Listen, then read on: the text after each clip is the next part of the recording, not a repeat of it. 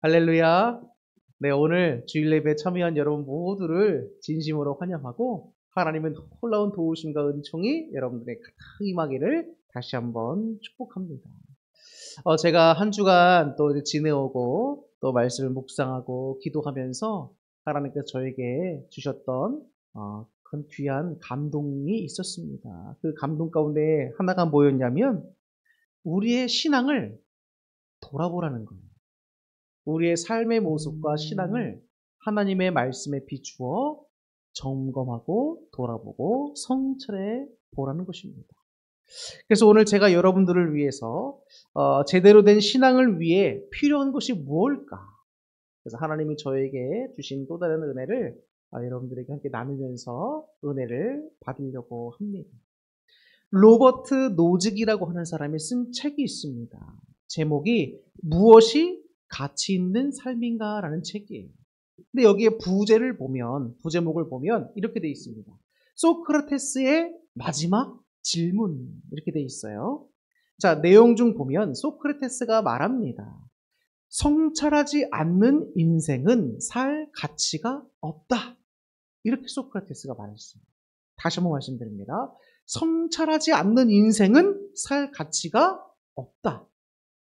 이 말의 의미는 사람들이 저마다 제대로 되고 성숙된 삶을 살기 위해서는 자기 성찰이 반드시 필요하다는 내용이에요. 또 어떤 글을 보니까 이제 소크라테스 자신에게 사형 선고를 내린 아테네 법정에서 소크라테스는 이렇게 말했습니다. 아테네 시민들이여, 오로지 돈을 벌고 명성과 위신을 높이는 일에만 매달리면서 진리와 지혜와 영혼의 향상에는 조금 더 생각도 관심도 기울이지 않는 것이 부끄럽지 않습니까? 이렇게 이야기했습니다. 죽기 전에 소크라테스가 남긴 말이에요. 돈과 부와 명예를 위해서는 그렇게 열심히 노력하면서 어떻게 영혼의 향상, 진리와 지혜에 대한 어떤 그런 향상, 이런 것은 전혀 관심이 없냔 말입니다. 소크라테스가 앞서 이야기했던 그의 주장대로 자기를 성찰하지 않는 인생은 결코 제대로 된 삶을 살 수가 없다는 겁니다. 이것은 여러분, 단지 우리의 삶뿐만 아니라 신앙에서도 마찬가지예요. 우리의 삶에서도 지식이나 진리나 영혼에 대한 향상이 필요하지만 우리의 신앙에서도 역시 마찬가지라는 거예요. 그렇기 때문에 소크라테스의 이 말은 당시 아테네 시민들뿐만 아니라 오늘을 살아가는 이 시대의 그리스도인들에게도 반드시 필요한 내용이라고 할 수가 있습니다. 그러면 여러분, 왜 우리 신앙인에게도 자기 성찰이 필요한 걸까요? 오늘 이사야 53장 6절 말씀에 그 답이 잘 나타나 있습니다. 자, 우리는 뭐와 같다고 표현되어 있습니까? 우리는 다 양과 같다는 겁니다. 양과 같아서 어떻게 행한다? 그릇 행한다는 겁니다. 하나님의 말씀에 비추어 자기의 삶을 자꾸 점검하지 않으면 우리는 그릇 행하여서 다 그냥 제 갈 길로 간다는 거예요. 내 생각과 내 소신에 옳다 여겨지는 대로 내가 원하는 대로 할 수밖에 없는 존재가 우리 사람이라고 하는 존재입니다. 그런데 그런 우리의 모습을, 우리의 신앙을 하나님 말씀에 비추어 성찰하거나 점검하지 않으면 어떻게 된단 말이에요? 양과 같이 다 그릇된 길로 제각기 다 자기 길로 간다는 겁니다.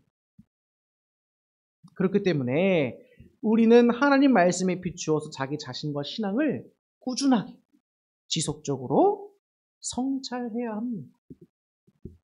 오늘 나는 어떤 삶을 어떠한 마음과 어떠한 자세로 살고 있는가? 우리가 한번 점검해 봐야 돼요. 이렇게 말씀을 통해서 자신을 성찰하는 노력이 없으면 여러분, 우리가 주님 말씀을 들어도 이 말씀은 저 성도가 들어야 될 말이다. 나하고는 상관없는 말씀이다. 이렇게 생각할 수 있습니다. 목사님들이 강단에서 어떻게 막 설교하다 보면은 저 말씀은 저 성도가 꼭 들어야 되는데 오늘 안 나왔어. 막 이렇게 생각할 때가 있잖아요.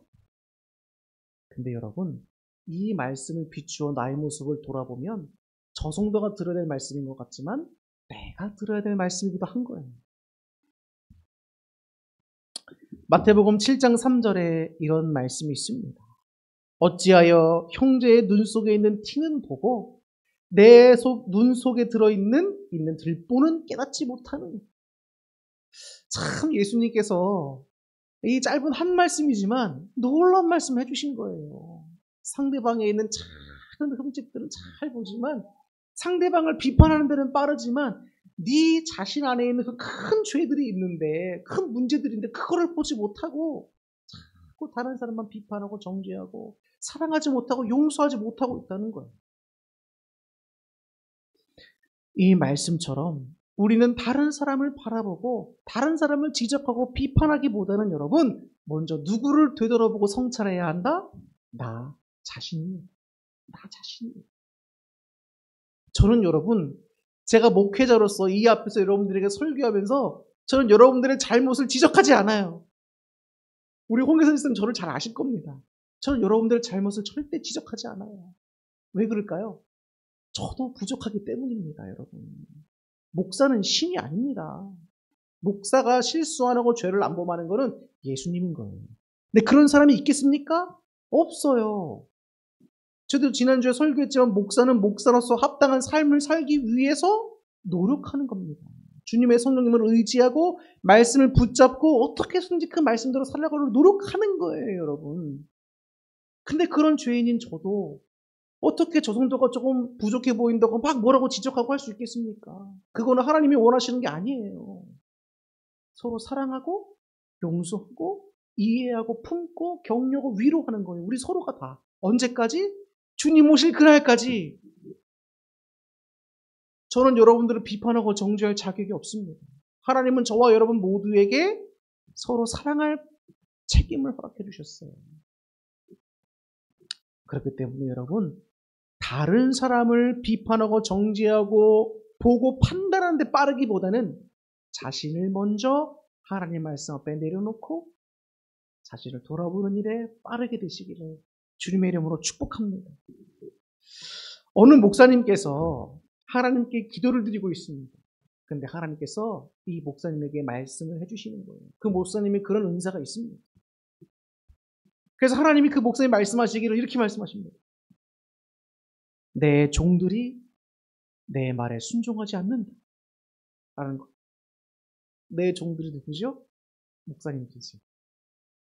한국교회에 많은 목사님들이 있는데 거룩한 목사님들도 있습니다. 근데 많은 분들 가운데 하나님께서 말씀하시기를 내 종들이 내 말에 순종하지 않는다. 하나님께서 속성하시는 말씀을 이 목사님에게 막 말씀해 주면서 그들을 위해 중보기도 하라는 거예요. 누군지도 모르는 목사님들을 위해서, 우리 한국교회 목사님들을 위해서 중보기도 하라는 거예요. 그때 이 목사님께서 주님께 말합니다. 하나님, 저는 그들과 같지 않습니다. 하나님 아시죠? 자기 의를 드러낸 거예요. 그때 하나님께서 말씀하시기를 뚝 그치십니다. 한동안 하나님께서 이 목사님에게 말씀하지 않는 거예요. 왜 그럴까요? 이 목사님의 마음속에 바리새인과 같은 교만함이 들어온 거예요. 자신의 모습을 돌아보지 않고 하나님이 이렇게 이 목사님 말씀하셨을 때는 너가 잘해서 너에게만 말해주는 게 아니야. 너도 못하는 거야. 정죄하지 말고 비판하지 말고 스스로를 돌아보고 함께 중보기도 하고 회개하라는 거예요. 하나님의 말씀은. 이 말씀에 여러분 우리 마음속에 좀 뭔가 찔림이 없습니까? 그래서 이 목사님이 하나님을 향해서 진정으로 한참의 시간을 회개하고 나서야 이제서야 다시 하나님께서 그 목사님이 말씀을 해주시는 거예요. 그런 이야기를 그 목사님과 나눈 적이 있습니다. 여러분, 신앙은 여러분 마치 살아있는 생물과 같아요. 신앙은 여러분 생물과 같단 말입니다. 성장하기도 합니다. 그러나 신앙은 멈출 때도 있어요. 사람이 철이 든다고 하죠. 성숙해지는 것을. 그것처럼 신앙도 철이 들어 깊어질 수도 있습니다. 그러나 반면에 신앙은 퇴보할 수도 있어요. 또 신앙은 우리 사람처럼 건강할 때도 있지만 병들 때도 있습니다. 그렇기 때문에 여러분 사람이 건강하기 위해서 얼마나 자기 관리들을 철저히 합니까? 그렇지 않습니까? 여러분 헬스장에 한번 가보세요. 제가 헬스장을 가면은 여러분 젊은이들보다 나이 드신 분들이 훨씬 많아요. 야, 저 연세 드신 분들이 세상에 저보다 무게를 더 높은 걸 막 들고 계시는데, 이야, 놀랍더라고요. 그만큼 자기 관리들을 하는 거예요. 왜? 건강하게 살려고, 여러분. 근데 왜 여러분의 신앙 관리를 안 하시냔 말이에요. 신앙도 여러분 성장하기도 하고, 퇴보하기도 하고, 멈추기도 하고, 건강하기도 하고, 병들 때도 있다니까요? 그럼 우리 신앙도 관리를 해야 되는 거예요, 여러분. 그 신앙의 관리가 뭐냔 말입니다. 하나님의 말씀에 자기를 성찰하는 게 먼저 돼야 되는 거예요. 문제가 뭔지를 먼저 알아야 해결을 하죠, 여러분. 여러분 종합병원 한번 가보세요. 병원들 한번 가보세요. 제일 먼저 하는 게 뭐예요? 혈액 검사 하잖아요. 혈액 검사를 왜 합니까? 원인을 찾는 거예요. 원인을. 그 원인을 모르면 제대로 된 치료 방법이 나올 수가 없습니다. 근데 내가 하나님 앞에 나아가면서 내가 죄가 뭔지도 몰라. 내가 하루를 살아가고 이렇게 행동하면서 하나님 뜻대로 내가 어떻게 살아야 되는지도 몰라. 그럼 어떻게 될까요? 양과 같아서 그릇 행하고 각자 제 갈 길로 가는 겁니다. 내가 옳다고 여기는 길로 가는 거예요. 교회에 와서도 하나님 말씀에 순종해서 사랑을 실천하고 용서와 서로 위로 격려해야 되는데 자기 딴에는 이게 맞는 거다 비판하고 정죄하고 교회를 어지럽히면서 나는 옳은 일을 하고 있다 이렇게 하면 여러분 그 영혼을 볼 때 하나님이 얼마나 안타까워하시겠냐고. 바리새인이라는 짓이 뭐예요? 나는 저 세리와 같지 않습니다. 나는 하나님께 드릴 11조를 때에 맞춰 드리고 이렇게 하나님 잘하고 있습니다. 이게 바리새인이잖아요. 근데 교회에는 바리새인이 많습니다. 근데 그러면 안 돼요. 하나님은 그런 모습을 원치 않아요. 내가 과연 하나님의 목을 꼿꼿이 하고 하나님 나 잘했습니다. 이렇게 할 수 있는 영혼이 있습니까? 한 명도 없어요. 내가 저 사람과 비교해 조금 더 헌금 더 했다고? 내가 저 사람과 비교해 조금 더 예배 많이 참석했다고? 내가 저 사람과 비교해 조금 더 기도 많이 했다고? 그 사람에게 죄가 없겠냐고요. 제가 말씀드렸잖아요. 여러분 왜 성경에 있는 율법이 우리를 구원 못 해주죠? 10계명을 쉽게 예를 들어볼까요? 10가지 계명 중에 9가지는 잘 지켰어. 근데 한 가지를 못 지켰어. 그럼 어떻게 할까요? 그 사람이 의인일까요? 죄인일까요? 죄인인 거예요, 여러분. 죄인이에요. 그 많은 율법과 이 성경에 나오는 그 율법 조문들을 우리는 다 할 수가 없어요. 쉽게 한번 더 구체적으로 얘기해 볼까요? 원수를 사랑하라. 여러분 할 수 있습니까? 하나님께서 이 한 말씀 가지고도 너 죄인이라고 찍으면 피해갈 사람이 아무도 없다니까요? 근데 하나님은 그 말씀을 우리에게 너 죄인 만들려고 주신 말씀이 아니라 우리가 궁극적으로 추구해야 될 목표를 딱 정해주신 거예요. 저는 제 마음속에 형제 자매를 위해서 때로는 미운 마음이 들 때가 있어요. 근데 그때마다 주님께 제 마음속에 무슨 생각을 심어주시냐면 예수님이 십자가 달리셨습니다. 근데 많은 사람들이 그 앞에 모여서 너가 메시아라며. 네가 너 자신을 구원해봐. 근데 예수님이 뭐라고 하셨어요? 그들을 저주하셨습니까? 아니에요. 그들을 중보기도 해주셨어요. 중보기도. 이게 원수를 사랑하는 마음입니다, 여러분. 근데 그런 마음을, 그런 사랑을 우리가 여러분 기도하지 않고 능력을 힘입지 않고 어떻게 할 수 있겠냐? 우리 인간의 능력으로는 불가능한 거예요. 그래서 저는 하나님께 늘 구합니다. 하나님 제가 부족하지만 예수님을 닮은 그 사랑을 할 수 있게 해달라고. 저 미워하는 사람의 마음, 저 사람을 미워하는 마음을 주여 긍휼히 여기는 마음으로 바꿔달라고 늘 기도하고 제 자신을 경책하는 겁니다. 이렇게 돌아보고 성찰하지 않으면 여러분 우리는 그냥 미움 가운데 내 마음을 내버려 두는 거예요. 그럼 미워하면 어떻게까지 됩니까? 그 사람을 품어줄 여력이 이제 아예 없어지는 거예요. 그게 죄인지도 모르고 그냥 그대로 살아. 내 입으로 하는 말들이 하나님께서 원치 않는 말들이 분명히 있을 텐데 이걸 성찰하지 않으면 그냥 그대로 사는 거예요. 그럼 어떻게 될까요? 그게 우리 삶의 습관이 되고 나의 행동을 만들고 또 내 말을 만들고 그게 결국은 나라고 하는 사람의 모습을 만드는 거예요. 근데 신앙을 만드는 겁니다. 한번 여러분 자신의 모습을 잘 들여다보세요.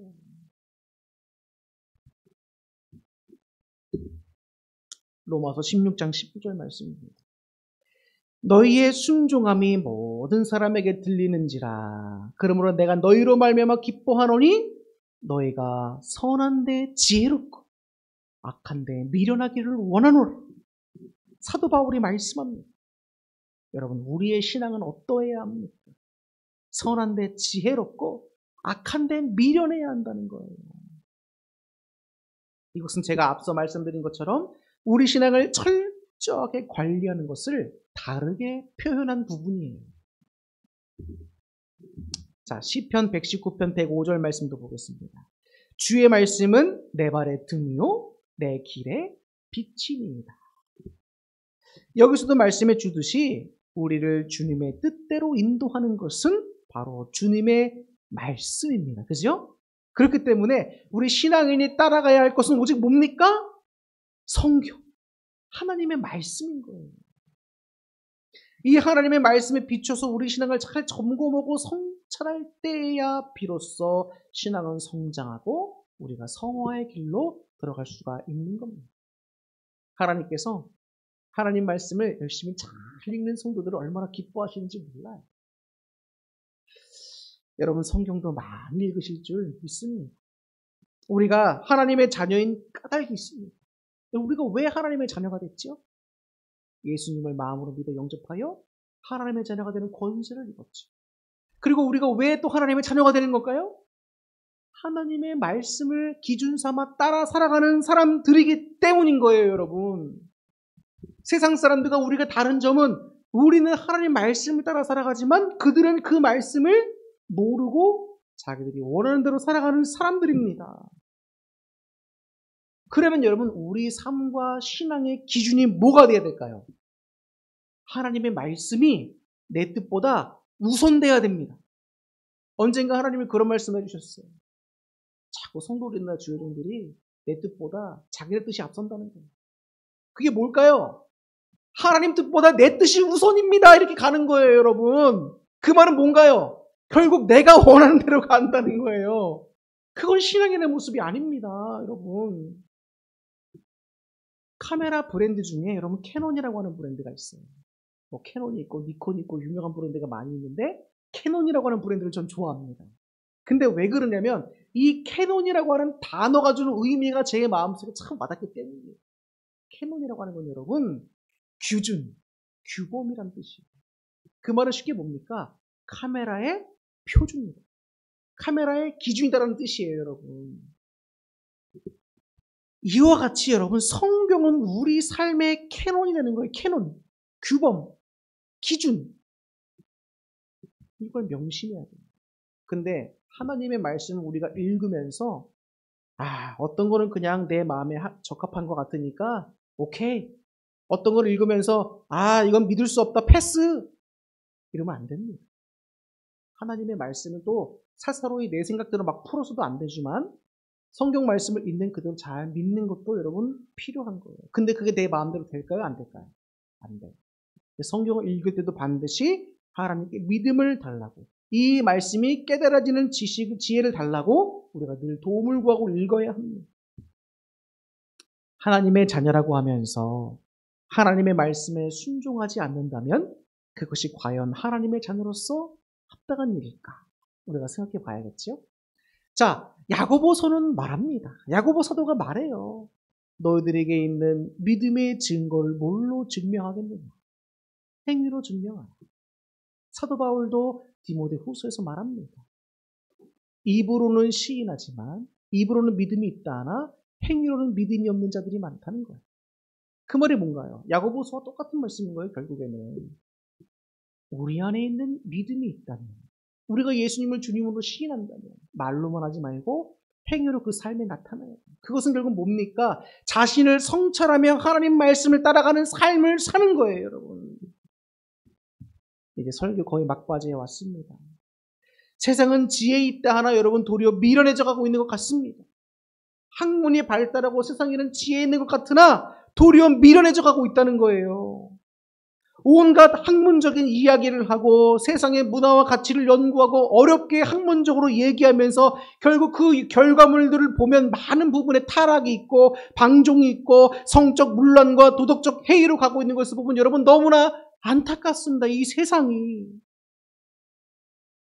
성경 말씀대로 살지 않고 자기 뜻의 성경 말씀을 껴맞추고 살고 있지는 않은가? 혹은 양과 같이 그저 자신이 옳다고 여기는 대로 살고 있지는 않는가? 자신의 마음과 삶의 태도를 한번 여러분 잘 성찰해 보세요. 사사기의 내용과 많이 흡사하다고 여겨지는 요즘입니다. 지금 내가 예배드리는 마음 자세는 어떠한지도 한번 여러분 잘 성찰해 보세요.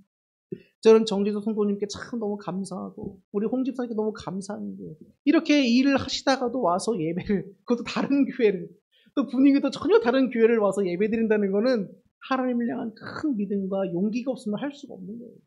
하나님 참 기뻐하시겠다 라는 생각이 들기도 합니다.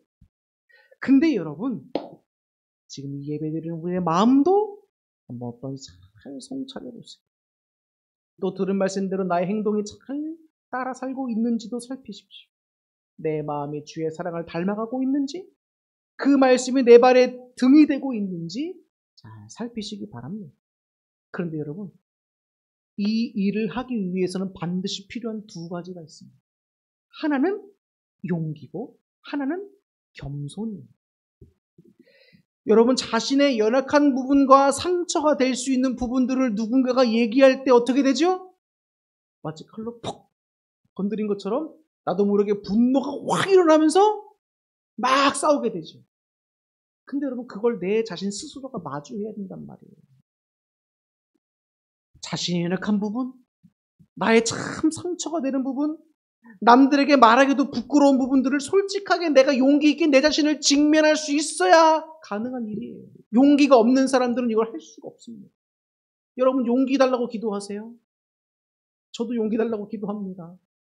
제 모습을 보기가 두려울 때가 많아요. 회피하고 싶습니다. 그러나 용기 있게 자신의 모습을 직면해야 합니다.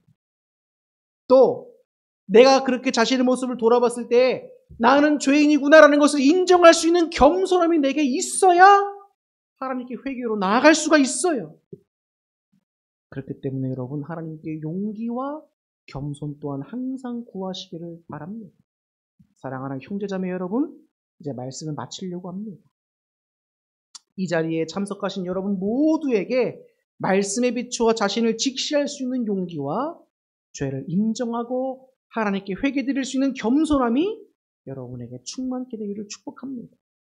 오늘 여러분들이 기억하셔야 할 것은 딱 한 가지예요. 말씀에 비추어 자신의 신앙과 삶을 성찰하십시오. 언제까지? 예수님이 다시 오실 그날까지. 지속적으로 우리가 성찰을 해야 합니다. 그래서 성숙한 신앙을 가진 성도로서 하나님의 기쁨이요 세상에 다시 없을 밝고 거룩한 빛들로 세워져서 이 어두운 세상을 환하게 비칠 수 있는 우리 모두가 될 수 있기를 예수님의 이름으로 축원합니다. 기도하겠습니다.